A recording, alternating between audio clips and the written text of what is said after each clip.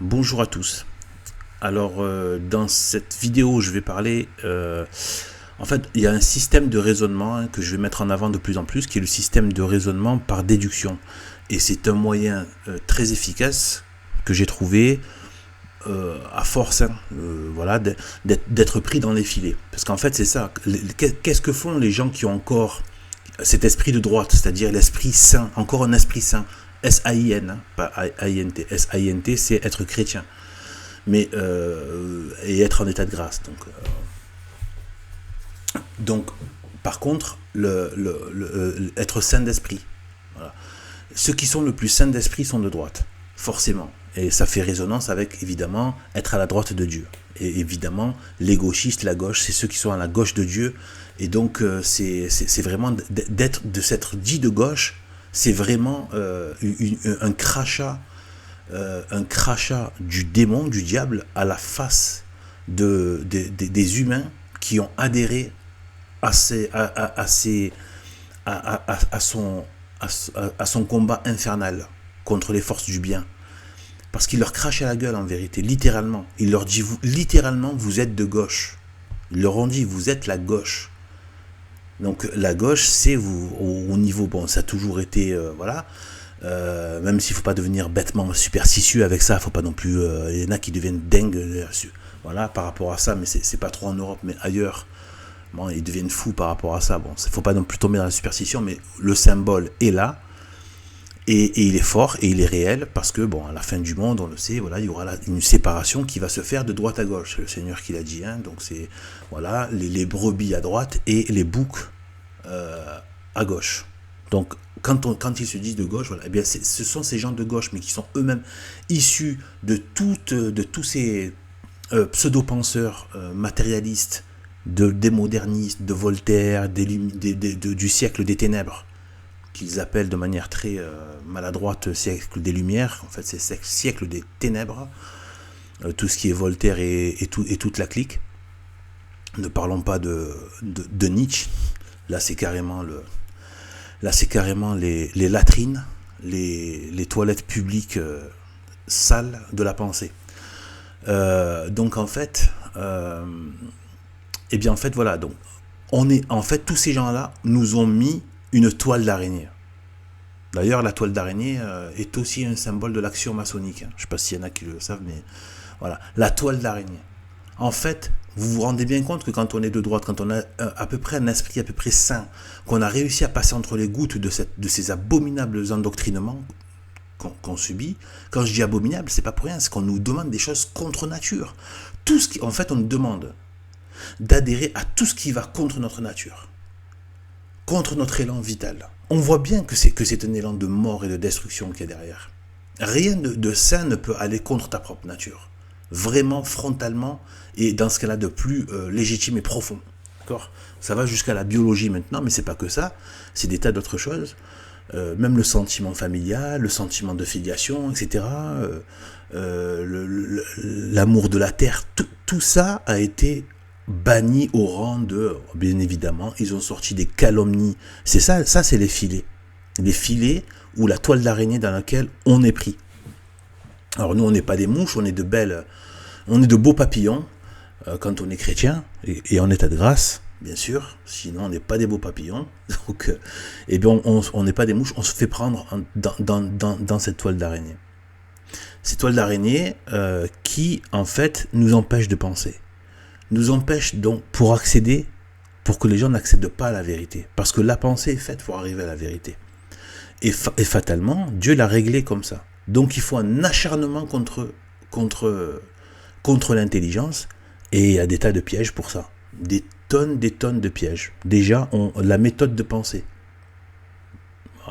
Il y a une méthode de pensée naturelle qui est la cause, chercher la cause des effets. Et on remonte de cause en cause.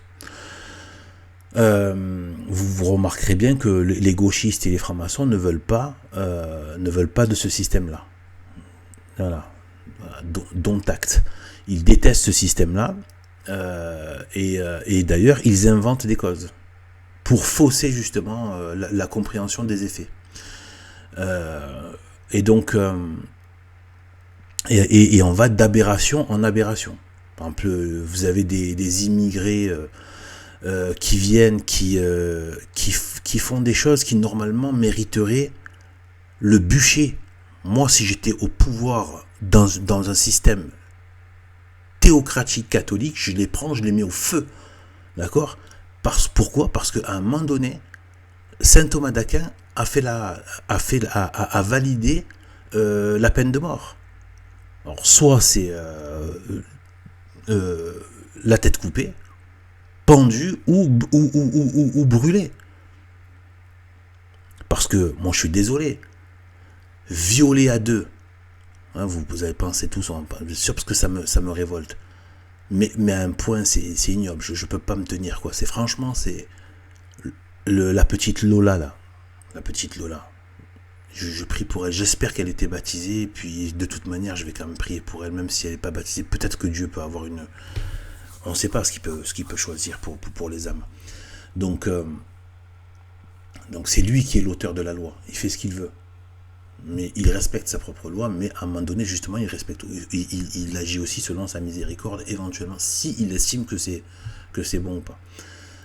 Donc, voilà, des immigrés qui viennent, et c'est pas la première fois, qui violent à plusieurs une gamine de 12 ans, qui est dans son innocence de corps, d'esprit, etc., dans une fragilité psychologique, etc., et tout, torturée abominablement et égorgée et mise dans un sac. Vous avez ces ordures de gauchistes qui viennent vous dire non mais en fait c'est à cause des racistes. Non mais les racistes, taisez-vous, quoi. Vous vous rendez compte le degré de perversité, le degré de saleté morale, le degré, c'est révoltant. Donc moi je vous dis, c'est tout à fait, dans un système normal, il y a une peine de mort. C'est tout à fait normal. Et moi, je rajouterais même le feu. Je pense qu'ils avaient extrêmement raison d'utiliser le feu. Brûler vif, peine de mort par immolation. Voilà. Ça a une vertu de purification de la société aussi. Peut-être du mal qui a été fait, parce qu'on sait que le feu a cette vertu de purification. C'est pas qu'une question de pour faire mal physiquement, c'est aussi en termes symboliquement de brûler le péché, c'est lié à l'enfer, quoi, bien sûr.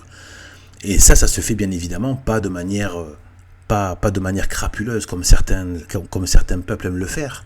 Non, avec un vrai procès, etc.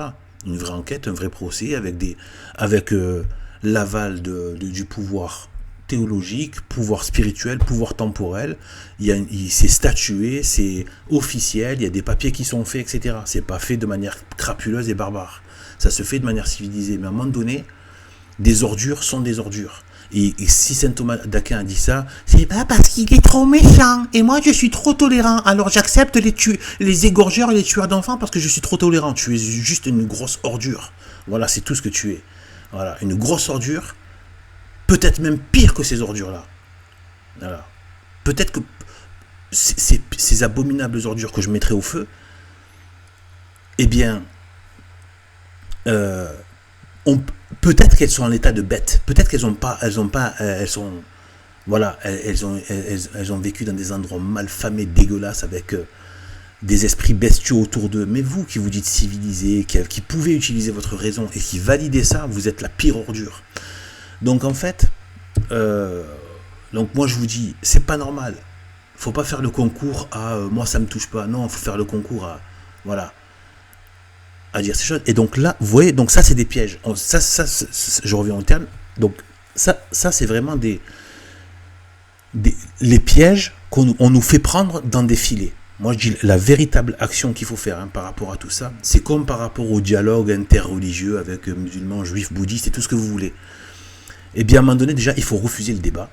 Et c'est vrai qu'il faut attaquer les positions gauchistes ou républicaines, maçonniques, etc., démocratiques, modernistes, etc., mais il ne faut pas en rester à ça.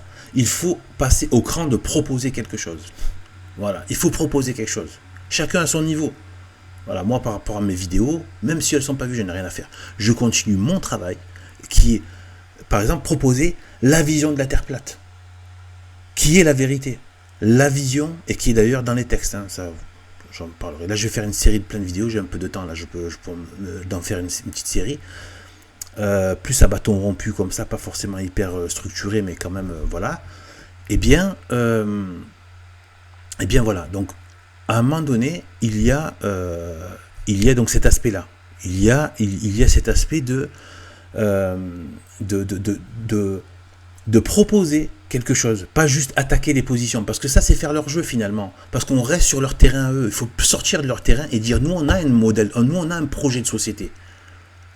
On propose une société théocratique,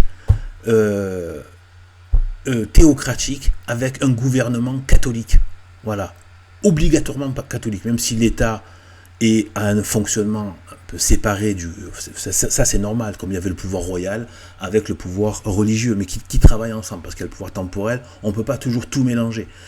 Par contre, le pouvoir temporel, les rois, ou l'État, il peut y avoir même un État qui n'est pas forcément royal, même si, pardon, je n'y crois pas vraiment, mais admettons qu'il y ait une noblesse, et qu'en fait, et qu'il y ait un peuple qui vit très bien, contrairement à la saloperie calomnieuse des gauchistes, qui vit très bien avec une bonne noblesse et une bonne église.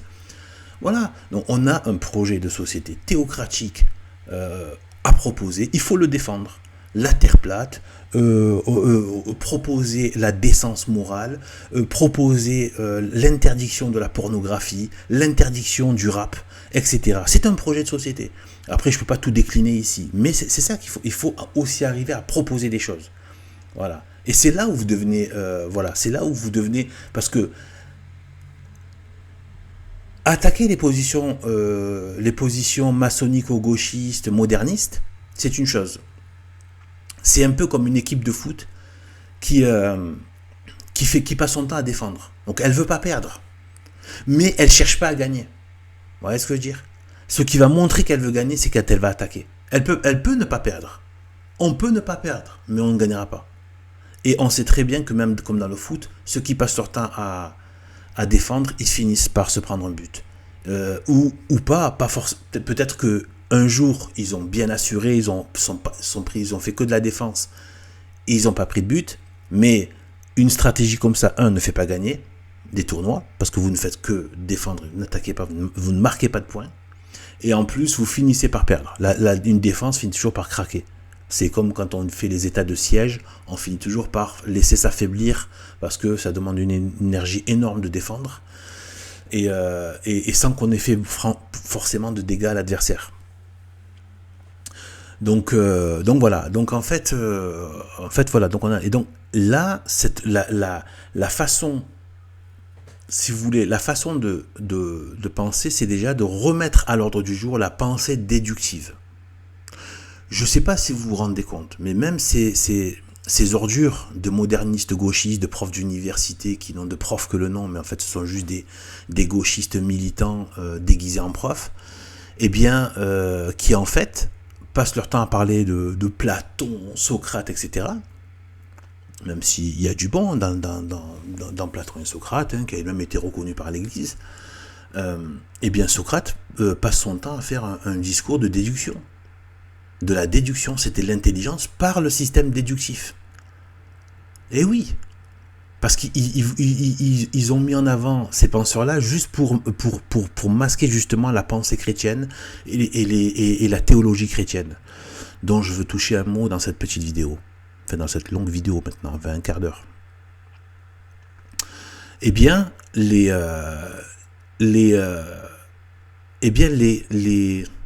Socrate fonctionnait comme ça, donc Platon aussi, Aristote aussi, il a fonctionné par déduction aussi. Il a fait plus d'observations, mais il y a l'observation et la déduction. Par la déduction, vous n'êtes pas obligé à chaque fois de... Et c'est ce qu'ils essaient, parce qu'ils savent, et c'est démoniaque, ils savent que vous ne pouvez pas passer votre temps à tout vérifier. Tout ce que vous... etc. Et à un moment donné, tu sais que s'il fait chaud, c'est qu'il y a une source de chaleur. C'est une déduction. Même si tu es chez toi, tu vois pas le soleil, mais bon, quand c'est l'été, il fait chaud, tu sais qu'il y a une source de chaleur, c'est le soleil. Si c'est en hiver qu'il y a une source de chaleur, ça doit être un feu ou le radiateur. Vous voyez ce que je veux dire? Vous n'êtes pas obligé à chaque fois de dire ah tiens, non, il fait pas, non, en fait, il fait pas chaud. En fait, il fait pas chaud parce que je suis pas allé voir si le radiateur est allumé. Et voilà. Vous mettez là, attends, non, alors, en fait, il fait pas chaud, ou du moins il n'y a pas de soleil, parce que je suis pas sorti au balcon pour vérifier s'il y avait un soleil dans le ciel. Donc, après tout, qu'est-ce que j'en sais que c'est le soleil qui apporte cette chaleur? Vous vous rendez compte le niveau? Et donc là, on perd le bon sens. Et c'est ça qu'ils opèrent en fait dans la société, pour perdre les intelligences. Et il faut revenir à ce système déductif. Et déductif, il y a quoi derrière? Il y a le système de cause à effet. Le système de cause à effet, c'est quoi? C'est ça. On déduit. Les choses, les effets peuvent les causes peuvent, enfin, les effets se déduisent des causes. Et on peut remonter à une cause, déduire une cause à partir de faits. Et oui. Après, on peut être plus ou moins efficace dans ça, mais c'est une méthode qui est parfaitement logique, parfaitement intelligente et qui est extrêmement efficace. Donc, là, j'ai encore parlé beaucoup, mais c'est pas grave. Voilà, écoutez, on se refait pas. Après, bon, peut-être que des fois, ça m'arrive d'être court, mais voilà. Donc, par rapport à cette liste de théologiens. Alors, liste de théologiens, c'est quoi? Pourquoi je mets ça? Parce que c'est pour justement par déduction. C'est pour prouver la véracité incroyable du christianisme, par déduction. Donc là, vous avez 1er siècle, avec bien évidemment le premier, le grand apôtre, Saint Paul, Jean, ensuite Saint Jean, etc.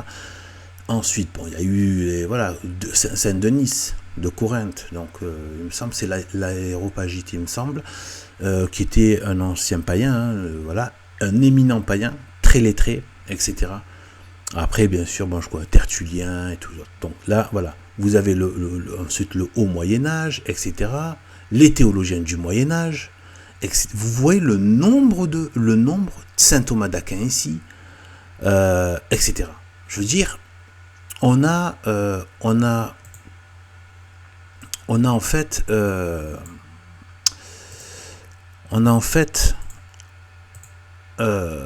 pardon, voilà, Saint Thomas d'Aquin, on a en fait une flopée de théologiens qui sont mais d'une finesse, d'une puissance intellectuelle, qui ont un QI énorme, etc. Et qui ont eu des grâces en plus incroyables pour pouvoir être bons dans leur travail. Il y avait Saint Augustin au passage qui a dû passer. Il y a eu Jean de la Croix. Enfin, il y a des intelligences du plus haut niveau, y compris des païens qui se sont convertis, des intelligences du plus haut niveau, très très très très et donc le christianisme a été mis à l'épreuve quelque part. Ce que je veux dire, c'est ça, c'est à l'aide de l'intelligence humaine.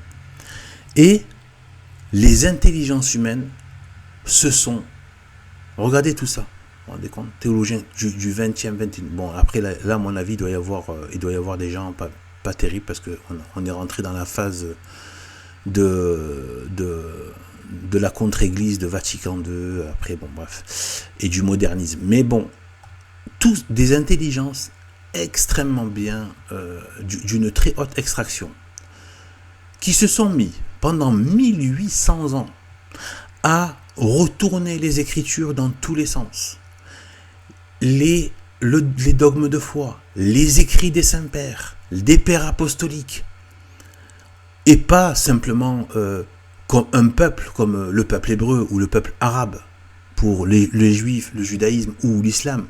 Non, là on a des théologiens de races différentes, d'ethnies différentes, d'origine du monde différentes, et qui, par exemple, Saint Augustin, il me semble, soit il était 100% maghrébin berbère, soit il était, oui, il fut un temps où le Maghreb était très chrétien, avant sa chute malheureusement, et et Tertullien, un des pères les plus puissants du début de l'Église et qui a vraiment travaillé. Malheureusement, après, il est parti du mauvais côté, mais à la fin, alors que jusqu'à maintenant, il est très respecté. Eh bien, par tous les... Même vous pouvez même demander à des CD vacantistes, hein, tout le monde le respecte, Tertullien, mais malheureusement, à la fin de sa vie, il y a eu une défaillance, comme quoi personne n'est à l'abri de rien. Il faut toujours rester humble, et vous pouvez aller vous plonger dans ses écrits. Hein. C'est une défense du catholicisme intrépide, incroyable. Et bien, Tertullien, c'était un maghrébin à 100%, lui, un berbère. On appelle ça plutôt les berbères, quoi. Voilà. Le peuple, c'est le peuple berbère. Et Saint-Augustin. Et il y a dû en avoir d'autres, hein, que je ne connais pas tous, sans compter les différentes origines européennes, etc. Et donc,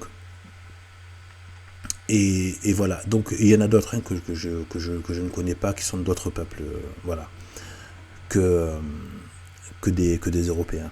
Donc, il y a eu tout ça. Ensuite, ça a été mis à l'épreuve de la noblesse aussi. C'est-à-dire que c'était des empires. L'empire romain. Il y avait des grands lettrés. Tout ça a été mis à l'épreuve des intelligences. Et les intelligences ont aimé le christianisme.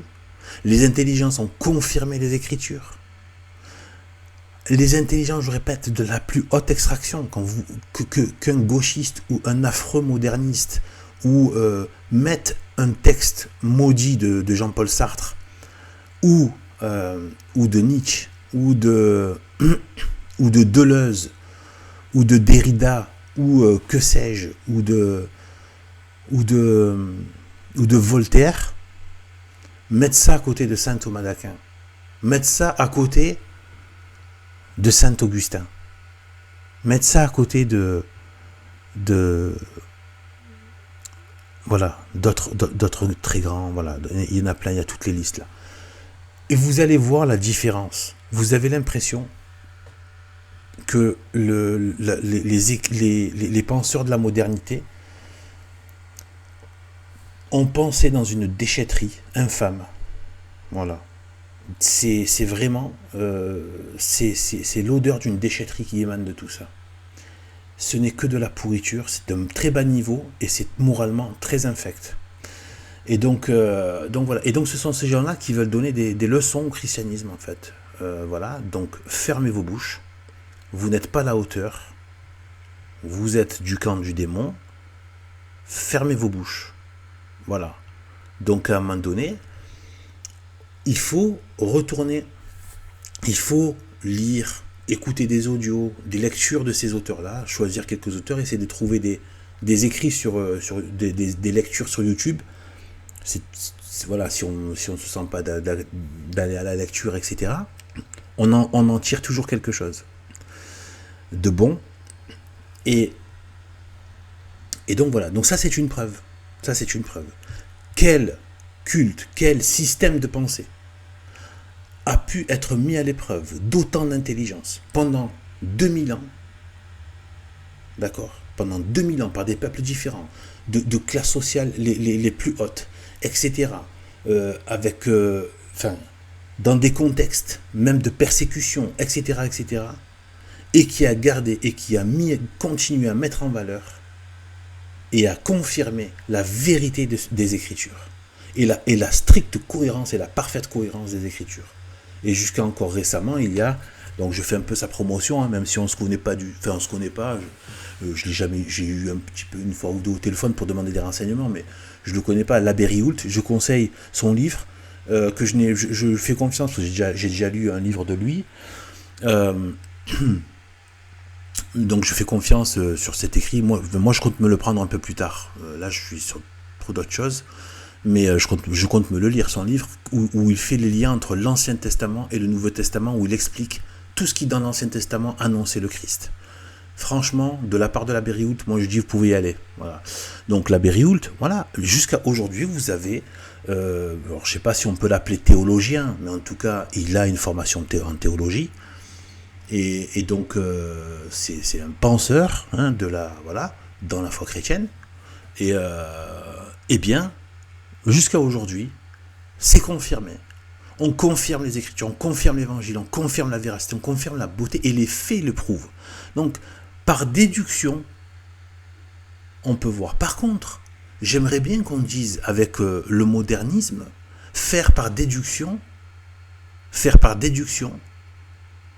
les résultats de ce que ça a produit. Hein? Les résultats de ce que ça a produit. L'esclavage du monde ouvrier, sorti des campagnes, qui a donné lieu à des tas de misères de partout en Europe et dans le monde. Le système capitaliste, qui a mis en chien toute la planète et qui a créé des misères effroyables dans tous les continents. Jusqu'à aujourd'hui. Ça vient de où, ça? Ça vient de qui? Ça vient de l'Europe chrétienne? Ou depuis la modernité et la République? Le nazisme, ça vient de où? Système national-socialisme. C'est du strict modernisme. C'est le retour du paganisme moderniste, très cher aux modernistes, le retour de la Rome antique, ben c'était ça. Vous savez que le salut nazi, c'était le salut romain, le Ave César. La croix gammée, c'était, voilà, ils ont exhumé un symbole de indien, enfin de l'indo-européen, voilà, pour faire le lien avec le côté, l'origine raciale indo-européenne. Voilà. Et la race, c'est un principe tout à fait païen, tout à fait pré-chrétien. Attention, nous, quand on est chrétien, on maintient qu'il y a des différences, il y a quelques différences entre les hommes de point de vue ethnique, même physique, hein, il y a des différences, mais on reste quand même, on reconnaît l'humanité et l'égalité au niveau humain, au niveau de l'âme de chacun. Et la preuve, c'est qu'on peut se reproduire entre nous. Si on peut se reproduire entre nous, c'est qu'on fait partie de la même humanité. Après, ça ne veut pas dire qu'on a absolument tous les mêmes trucs. Il suffit d'avoir des yeux pour le voir. C'est pas la peine de réfléchir. Mais bon, avec les bref. Donc voilà. Donc il y a quelques différences, mais mais après il y a l'exaltation outrancière de la race ou de la tribu, et qui fait que ça peut devenir extrêmement malsain. C'est pas tant d'aimer, d'avoir un esprit patriotique, aimer son clan, bon, l'apprécier. Allez, s'il y a un petit peu de chauvinisme, pourquoi pas, un petit peu léger. Moi, je dis pourquoi pas. Ça peut être, voilà. Mais tant qu'on n'en arrive pas à faire du mal, eh bien, ça va. Donc, voilà. Mais par contre, l'exaltation de la race, ça aussi, tout ça, c'est païen. Le droit du sang, c'est païen. Et qui c'est qui a remis ça sur le tableau? Eh bien, ce sont les républicains. Je ne dis pas que ça n'existait pas, le droit du sang, même sous le temps chrétien. Mais les chrétiens, ils pensaient plutôt à apporter l'évangile au monde. Voilà. Ils ne pensaient pas aller susciter des génocides à droite à gauche, quoi. D'accord? Voilà. Donc, à un moment donné, il y a ça. On peut parler du communisme. Plus de 12 millions de morts dans les goulags. Sans parler de les guerres qu'il y a eu. Tout ça, c'était des guerres matérialistes. Toutes des guerres de la modernité matérialiste capitaliste. Jusqu'à aujourd'hui. Alors, le gauchisme. Les campagnes napoléoniennes. Juste après la Révolution française, un peu plus tard après. Les campagnes napoléoniennes pour diffuser la lèpre. La lèpre, je fais exprès parce que la lèpre, me semble-t-il que dans le christianisme, c'est quand même lié au péché. Hein. Donc, moi en tout cas, je le dis, même si c'est pas dans le christianisme, parce que je pense, enfin, par opinion personnelle. Je dis pas que c'est ça, mais moi j'aime bien imaginer le péché comme étant la lèpre. Qu'elle fait à l'âme ce qu'elle fait au corps, que la lèpre fait au corps. Eh bien voilà, donc il y a la lèpre. La lèpre du siècle des ténèbres, de Voltaire et tout ça. Et donc la lèpre des ténèbres, la lèpre maçonnique, la lèpre républicaine, la lèpre matérialiste, la lèpre démocratique. Et ça s'est fait par des guerres, des expéditions. En fait, ce sont des guerres napoléoniennes en Europe qui ont fait des millions de morts aussi. Ça s'est pas fait avec des bisous, tout ça. Donc, faut arrêter. Hein. Donc voilà, toutes ces guerres-là, 2 guerres mondiales, etc., des tas d'horreurs, c'est qui a fait ça? C'est la modernité matérialiste. Si on devait... Et d'ailleurs, regardez bien, là je viens d'y penser, donc j'ai un petit éclair là de conscience. Là, je viens de penser que le système déductif, si vous regardez bien, c'est pas celui que préconise Jésus-Christ quand il dit on reconnaît un arbre à ses fruits. On peut déduire l'arbre ou la qualité de l'arbre à ses fruits, parce qu'il dit bon et mauvais aussi. On reconnaît un arbre à ses fruits. Si je ne sais pas à quoi ressemble un citronnier, ben parce qu'il n'y a pas de fruits. Bon. Mais quand tu auras des fruits, ah tiens, c'est des citrons, donc c'est un citronnier. Voilà, je ne sais pas reconnaître un pommier. Bon, je passe à côté, voilà. Mais hop, ah, il y a des fruits, tiens, ah, c'est des pommes. Bon, ben, ah, c'est un pommier. Après, tel arbre. Ah, maintenant, c'est un pommier, mais il y a plusieurs pommiers. Il y a un pommier qui donne des fruits pourris, qui ne mûrissent pas, qui pourrissent sur les branches. Eh bien, c'est un mauvais arbre. Voilà. Donc, c'est un mauvais arbre, c'est sûr et certain. Chaque fois, il donne ces fruits-là. Voilà. Et un bon arbre aussi. Voilà. Et un bon arbre se reconnaît parce qu'il y a des bons fruits, donc l'arbre est bon. Parce que le fruit vient de l'arbre. Si à un moment donné, on fait le cumul des fruits apportés par le modernisme et toutes les différentes formes qu'il a prises, république, démocratie, communisme, socialisme, etc., matérialisme, nazisme, que j'inclus dans le modernisme,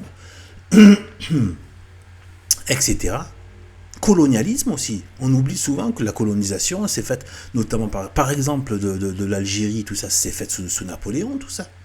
Faut arrêter. Je veux dire, on dirait que, voilà, ils ont désolé, mais ils ont des excréments et du sang sur les mains. Hein. Ces gens qui accusent le catholicisme. Et non, en seulement 2 siècles, tout ce qu'ils ont fait d'horreur. Et là, ils sont en train de pourrir l'Europe avec une espèce de mondialisme dégueulasse. Voilà. Et donc, tous ces fruits, eh bien, sont des mauvais fruits, des fruits pleins de venin de Satan. Donc, l'arbre qui donne ce fruit est l'arbre de Satan, l'arbre du mal. Voilà. Donc voilà, le système de déduction, voilà, c'était long, mais bon, voilà, maintenant c'est gratuit, hein, comme dirait, si on devait redescendre sur des choses très pragmatiques. Voilà, bon à plus tout le monde, voilà, bon je vais en faire une série d'autres, là j'ai d'autres choses à dire. Salut à tous.